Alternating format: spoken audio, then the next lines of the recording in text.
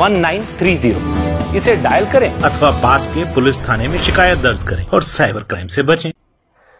নমস্কার, আজ আমি আপনাদেরকে যে ভিডিওটা দিতে যাচ্ছি এটা খুব গুরুত্বপূর্ণ একটি মেসেজ বলতে পারেন সমাজের জন্য। দেখুন, ইদানিংকালে ইউটিউবেও আমি দেখতে পাচ্ছি বেশ কিছু ভিডিও আসছে যার থাম্বনেল দেখে মনে হচ্ছে যে ভীষণ ভয়ঙ্কর একটা জিনিস, ভয় পেয়ে যাওয়ার মতো একটা জিনিস, আগেই সেটাকে ক্লিক করে দেখতে হচ্ছে। আমি তেমন ভিডিও করছি না যে আপনি কিন্তু ডিজিটালি অ্যারেস্ট হতে পারেন, মানে কি মজাক হো রা হ্যায়, মজা চলছে ভারতবর্ষের সংবিধান নিয়ে? এটা হয় নাকি কখনো? স্ক্যামাররা ছড়িয়ে রয়েছে চতুর্দিকে। এই স্ক্যামারদের থেকে সাবধান করবার জন্য আমি আপনাদেরকে এই বার্তাটা দিতে চাইছি এবং একটি ভিডিও আমি দেব। জানি না সেই ভিডিওটা কপিরাইট হবে কিনা। আমি গতকালকে হোয়াটসঅ্যাপে পেয়েছি, তো সেইটা আমি আপনাদেরকে দেব। তার আগে একটা ছোট্ট কথা বলি। কথাটা হচ্ছে, এরকম বহু আমার পরিচিত 2-3 জনের সঙ্গে এরকম হয়েছে, যাদের কথা আমি, যেমন কলকাতার একটি বহুল প্রচলিত বাংলা দৈনিক কাগজের একজন দক্ষিণ ভারতীয় মানে অফিস কর্মীর, দক্ষিণের মানে বাঙালি, তিনি দক্ষিণ ভারতে পোস্টেড, তার সঙ্গে এরকম হয়েছে। এরকম বহু নোংরা জিনিস হচ্ছে। ইভেন আমার কাছেও ফোন এসছে। মজা হচ্ছে এগুলো। যারা স্ক্যামার তারা তো স্ক্যাম করবেই, তারা তো পৃথিবীতে আসেই উচ্ছিষ্ট হিসেবেই পৃথিবীতে আসে। সম্প্রতি একটি লেখা আমার হোয়াটসঅ্যাপে এসছে যে একজন মহিলা, তিনি বলছেন যে আমার স্বামী অফিস বেরিয়ে যাওয়ার পরে আমি কাজ করতে ব্যস্ত ছিলাম, হঠাৎ করে একটি ফোন আসে। ফোনটা ধরে আমি হ্যালো বলতে ও প্রান্ত থেকে বলা হয় যে আপনার ডেটা নিয়ে কিছু অপকর্ম চলছে, তো আপনাকে মুম্বাইতে আসতে হবে কিছু কমপ্লেন দর্জ করাবার জন্য। কেন আমাকে কমপ্লেন দর্জ করবার জন্য মুম্বাই যেতে হবে কেন? যদি আমাকে কমপ্লেন করতে, আমি ভারতবর্ষের যে কোনো প্রান্ত থেকে কমপ্লেন করতে পারি। এই আইডিয়াটা অনেকেরই নেই। দেখুন, আমি আইন বিশেষজ্ঞ নই, আমি আইনের কিছু জানি না। যদি কোনো ত্রুটি হয় আমাকে মার্জনা করবে। তো ভারতবর্ষের কিছু মানে কিট, এরা অরাজক কিট মানে এরা ভারতবর্ষে মানে বিদেশি সিম নিয়ে বিদেশের থেকে কিনে আনা সিম নিয়ে তারা ভারতবর্ষে বসে স্ক্যাম করে চলেছেন। যে আপনার নামে এরকম একটা পার্সেল এসছে, সেই পার্সেলে কিছু নেশার দ্রব্য পাওয়া গেছে, নার্কোটিক ডিপার্টমেন্টে আপনার কেস হবে, এসব নানান কথা। আরে দাদা, ভারতবর্ষের আইন ব্যবস্থাকে এত দুর্বল ভাববেন না, দয়া করে ভাববেন না, ভয় পাবেন না। ভারতবর্ষের আইনে ভরসা রাখুন, বিশ্বাস রাখুন।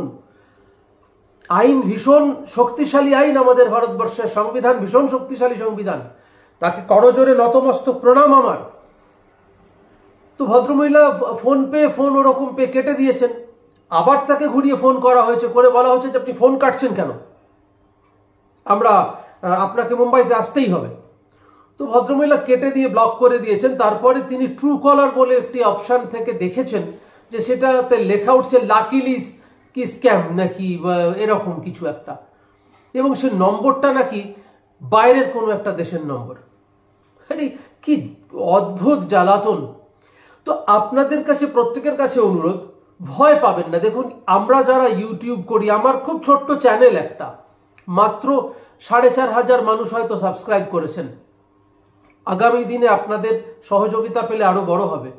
আমি সবসময় চেষ্টা করি এমন কোনো বার্তা আপনাদের কাছে পৌঁছতে যে বার্তার জন্য আমরা প্রত্যেকটা মানুষ সেফ থাকতে পারি, মানে কোনো দুর্ঘটনা বা কোনো এই ধরনের নোংরা স্ক্যামের হাত থেকে বাঁচতে পারি। ফোন আসতেই পারে, সবসময় কি ওইভাবে ফোন দেখে তোলা সম্ভব হয়? একদম স্পষ্ট ডিনাই করতে শিখুন, যে শুনুন, এই ধরনের ফোন যদি আর দ্বিতীয়বার আসে, আমি আপনার এই নম্বরটিকে সাইবার ক্রাইমে বা থানাতে দিয়ে দেব। এই ধরনের নোংরা কাজ দয়া করে করবেন না। আর যারা স্ক্যাম করছেন তারাও তো আমাদের দেশেরই মানুষ। আপনাদের বিন্দু মাত্র লজ্জাবোধ হচ্ছে না? আপনাদের বিন্দু মাত্র কষ্ট হচ্ছে না যে সাধারণ খেটে খাওয়া মানুষের টাকা এইভাবে আপনারা স্ক্যাম করে নেওয়ার চেষ্টা করছেন? সাধারণ মানুষের প্রতি আমার করজোরে একটাই আবেদন, ভারতবর্ষের পুলিশ প্রশাসনের উপরে আস্থা রাখুন, সাইবার ক্রাইমের উপরে আস্থা রাখুন, মানে সাইবার সেলের উপরে আস্থা রাখুন, ভারতবর্ষের সংবিধানের উপরে আস্থা রাখুন। দিকভ্রষ্ট হবেন না মানুষের ভুলভাল তথ্যতে। মানুষ ভুল তথ্য দিতে খুব বেশি পছন্দ করেন আজকাল। আমি একটা ভিডিও আপলোড করছি, দেখতে থাকুন, সঙ্গে থাকুন, আমার চ্যানেল সাবস্ক্রাইব করবেন। আগামী দিনে এরকম বহু তথ্য আমি আপনাদের সামনে নিয়ে আসার চেষ্টা করব। ভালো থাকুন। জয় হিন্দ, বন্দে মাতারম, ভারত মাতা কি জয়।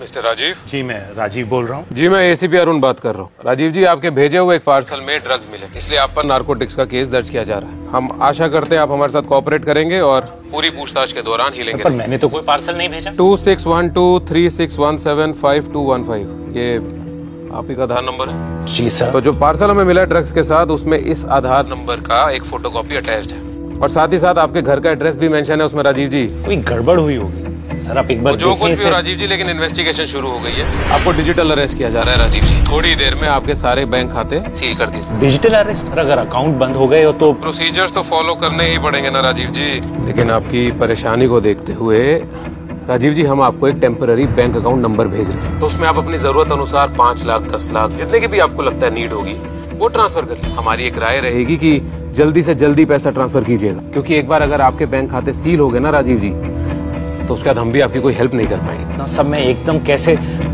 मैं किसी से बात करूं? राजीव जी आप बात को समझ नहीं रहे। आप जानते नहीं है कि ये नारकोटिक्स जैसे जो केस होते हैं उसमें कभी कभी पूरी फैमिली को भी हिरासत में ले लिया जाता है। देखिए, आप जितना लेट करेंगे उतना ही ज्यादा नुकसान होगा। तो बेटा ऐसा है, ये फ्रॉड काम बंद कर। फ्रॉड? डिजिटल अरेस्ट जैसा कोई कानून नहीं, ना ही कोई कानूनी प्रक्रिया। मैं खुद एक एसीपी हूँ, एसीपी राजीव राय। मैं तो पुलिस वाला हूँ, इसलिए बच गया। डिजिटल अरेस्ट जैसा ना तो कोई कानून है, ना ही कोई कानूनी प्रक्रिया। सरकारी एजेंसीज आपके अकाउंट की कोई इंफॉर्मेशन नहीं मांगती और ना ही किसी अकाउंट में पैसा ट्रांसफर करने को कहती। इसलिए कभी भी इन जालसाजों के दबाव में आकर हड़बड़ी में अपने अकाउंट की इंफॉर्मेशन शेयर ना करें और ना ही किसी अकाउंट में पैसा डालें। और ऐसे केसेस के लिए एक खास नंबर